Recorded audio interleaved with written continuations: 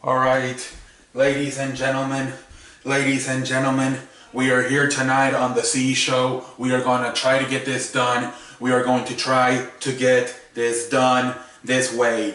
All right, let's hope we can find the folders. Let's hope we can find the folders on the show and we can get this show underway the right way back to where it needs to be. So tonight, ladies and gentlemen, tonight on the C Show, I am going to talk about the game between Cleveland and San Antonio.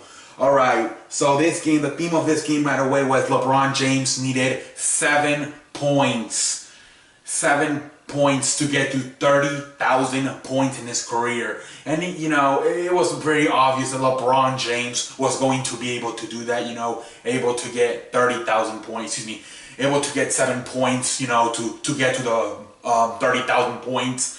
And so, right away, literally at the end of the first quarter, LeBron James' final shot with like a second left scores a jump shot and gets to 30,000 points in his career. So shout out to LeBron James for getting to 30, the youngest player ever to get to hit 30,000 points, mother chicken on a waffle string. And he has a chance. There's a lot of talk. Could he break the scoring record? Who knows? He would have to play, I believe they did the mathematically shit that he would have to play at least 5 more years. Who knows what happens? But let's get to this game, ladies and gentlemen. All right, so this game, what was the problem for for Cleveland, and it has been in the past? Defensively, just cannot get enough stops. Gave up 115 points tonight. Just cannot get enough stops. Anytime they could try to go on a run, they just can't get stopped. And it's kind of sad because you look at the San Antonio team right now, and you got all these young guys. You had a Tony Parker who's not 100%, still from the leg injury of last year. Mono Ginobili did not play. Leonard did not play. You're pretty much playing with a lot of young 20, 25-year-olds. Then you got Tony Parker, but not 100%. LaMarcus Aldridge, he dropped like 31. But on paper, Cleveland should have won this game. But Cleveland right now cannot play defense at all. They don't know whether to shit on their watch. They had a meeting and they were all screaming at each other. Isaiah Thomas got mad at Kevin Love for not playing defense. Isaiah Thomas doesn't play defense either. Like WTF. They're both softer than toilet paper. Both can't play defense. What if Isaiah Thomas just been on the team for like a few weeks and he's already screaming at Kevin Love, who's been there for 4 years, won a championship. Yes, I'm not saying Kevin Love knows how to play defense, but neither does Isaiah Thomas. And Isaiah Thomas should be the last man speaking because he's only been on the team for like a few weeks. Literally. Why are you should shut your mouth and just say yes sir to whatever the coach and the rest of the team asks you to do. You should not be pointing fingers at nobody. You've only been on the team for a few weeks. What are you? And it's like, whoa, Isaiah Thomas is a defensive player. WTF. He is not. Isaiah Thomas may be one of the worst defensive players in our league. He's too short to defend. So that right away, why the hell is Isaiah Thomas pointing fingers at Kevin Love? At least Kevin Love has been there for 4 years, won a championship. Yeah, sure. Is he like, oh, Kevin Love, oh my God. No, he's not amazing either. But hey, Kevin Love, I don't think Isaiah Thomas should be telling Kevin Love to play defense when Isaiah Thomas cannot play defense to save his life. But this team has a problem. They really do. What do you do?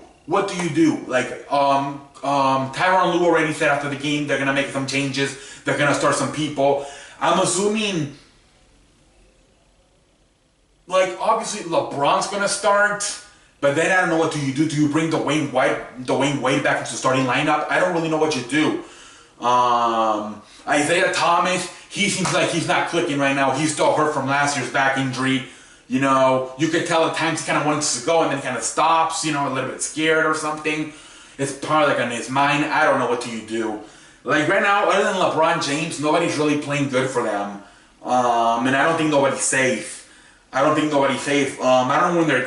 when their next game is, but right now nobody is safe from Cleveland other than LeBron James as far as losing their starting job. Tyronn Lue said there will be some changes to the lineup for their next game. We shall see what happens. All right, let's talk a little bit about San Antonio. San Antonio, like I said, they're falling a little bit. They're winning, but they got a lot of people hurt,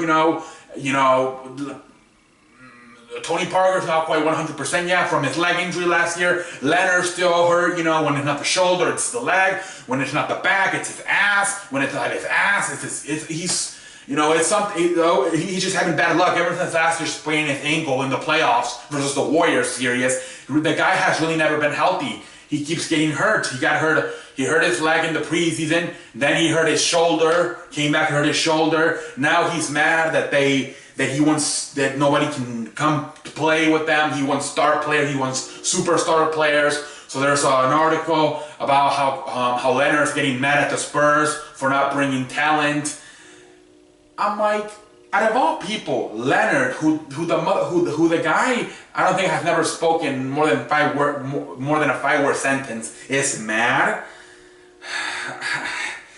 I mean, if he's complaining about not getting superstars to play along, we are not safe. That was the last guy I would have thought that would complain about not getting superstars on his team. And the Spurs, he's in the Spurs. The Spurs are not too of a superstar team. The only guy they have ever signed in free agency that big, to me, has been LaMarcus Aldridge. Other than LaMarcus Aldridge, they have never signed a superstar to play on that team. Think about it. It's always been draft and develop. They have never signed a superstar other than LaMarcus Aldridge. LaMarcus Aldridge, I'm sorry, he's not a superstar. He may be a good player, but tell me, they are not. He's not the franchise player of that team. I'm sorry, but he's really not. But both of these teams, you know, are not where they usually are. Cleveland can't save their life, can't play defense to save their lives. San Antonio is missing a lot of players. Tony Parker still not 100%. Need to get Leonard back. They're saying not until February. But I think the San Antonio, with that system they have, those young players, they'll find a way to survive. And I still think they'll make a run once they make the playoffs start. But yes, they need to get 100%. Both of these teams need to get their head out of their ass and start playing better defense. All right, ladies and gentlemen, I want to thank you for joining me tonight on the CE Show. Chicken Wings, I am working on this. Hopefully, I am going back and hopefully we can find the folders. If not, I will go to that Movie Maker website. But I want to thank everybody. I do not know whether to share one of my watch. I am tired. Everybody tells me they hate the short version of the screen on my phone. So I am trying my best to fix it, ladies and gentlemen. Shout out to everybody. Shout out to Patterson. Shout out to you. You are the only one that shout out to you, Patterson. Shout out to Marty. Shout out to Ronald. Shout out to Chicken Wings for trying to help out. Shout out to Larry, who apparently is no longer a Falcons fan. Now he's a New England fan. What the fuck, Larry?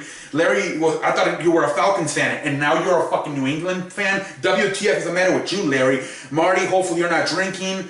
And until next time, I will see you later. Ladies and gentlemen, I will see you later.